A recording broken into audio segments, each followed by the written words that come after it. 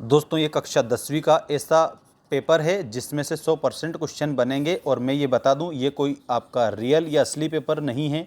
ये ऐसे प्रश्न मोस्ट प्रश्न हैं जो आपकी परीक्षा में 100% आने की संभावना है। चलिए स्टार्ट करते हैं। सामाजिक विज्ञान एमपी बोर्ड का पहला क्वेश्चन सही विकल्प में। भारत में सर्वाधिक साक्षरता वाला राज्य है। इसमें सबसे ज़्यादा जो साक्षरता पाई जाती है यानी कि लिटरेसी जो है वो कहाँ पाई जाती है? केरल में पाई जाती है। पृथ्वी का कितना भाग जल से घिरा हुआ है? तो पृथ्वी का 3/4 भाग जल से घिरा हुआ है। इसके बाद में यहाँ पर आपका आंसर है, देश का सबसे पुराना कृत्रिम पत्तन कौन सा है?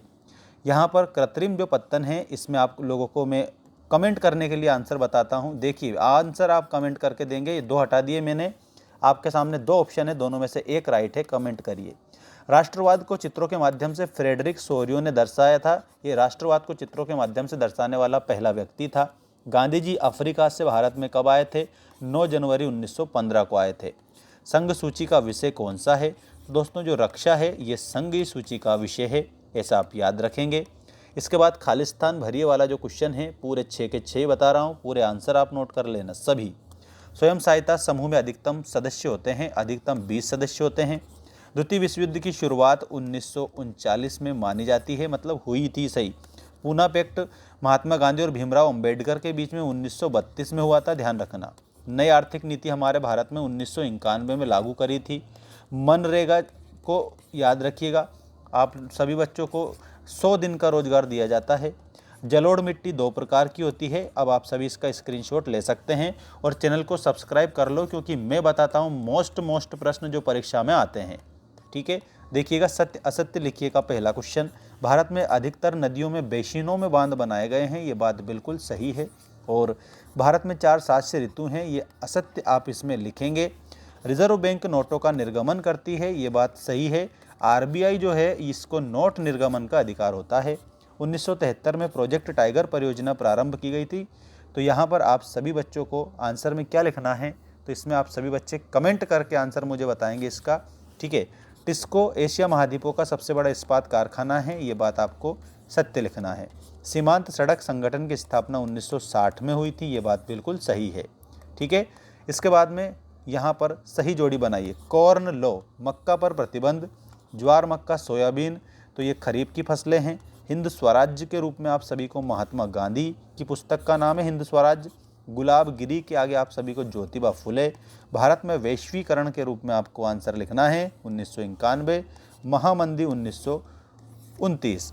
ये आपकी सही जोड़ी हो चुकी है। सभी बच्चे एक बार चैनल को जल्दी से सब्सक्राइब कर लीजिएगा और घंटी की बटन को आप ऑल पर रखना ताकि सारी अपडेट आपको मिलती रहे। इसके बाद एक शब्द एक वाक्य में उत्तर दीजिए वाले सारे क्वेश्चन बता रहा हूँ और आपको सारे के सारे सिखा के रहूँगा। सामाजिक विभाजनों का प्रमुख आधार क्या है? तो हमारे भारत में जाति है, जाति के अलावा धर्म है और धर्म के अलावा लिंग है। ठीक है, इसके बाद किन्हीं 2 देशों के नाम बताइए जहाँ पर मजबूत लोकतंत्र है। एक तो आप भारत लिख देंगे और भारत के अलावा आप एक बेल्जियम लिख देंगे। ठीक है, भारत और बेल्जियम। ठीक है, यहाँ पर मजबूत लोकतंत्र है दोस्तों। इसके बाद में आपका जो नेक्स्ट क्वेश्चन है इसमें आप देखिएगा, उस प्रक्रिया को क्या कहते हैं जिसमें लोग ग्रामीण क्षेत्रों से शहरों की ओर पलायन करते हैं? तो अगर ग्रामीण क्षेत्रों से शहरों की ओर पलायन करेंगे तो उसको नगरीकरण या शहरीकरण, ठीक है, कहते हैं दोस्तों। ये आपको याद रखना है। इसके बाद जीडीपी, ग्रॉस डोमेस्टिक प्रोडक्ट में सबसे अधिक योगदान किस क्षेत्र का है? तो यानी कि सेवा क्षेत्र, जो कि तृतीयक क्षेत्र की श्रेणी में आता है। तो यहाँ पर तृतीयक क्षेत्र में है, ऐसा याद रखना। किस देश में एकल पार्टी सिस्टम है, मतलब कि एक ही पार्टी का शासन होता है? तो चीन में और रूस में। 1860 के दशक में कानपुर में कौन सी मिल खोली गई थी? तो इसमें एल्गिन मिल याद रखना। कानपुर में एल्गिन मिल खोली गई थी। और आप सभी बच्चों को ये सारे जो पीडीएफ यदि चाहिए तो मैं आपको बता देता हूँ, मेरे ऐप की लिंक मैंने डिस्क्रिप्शन में दे रखी है।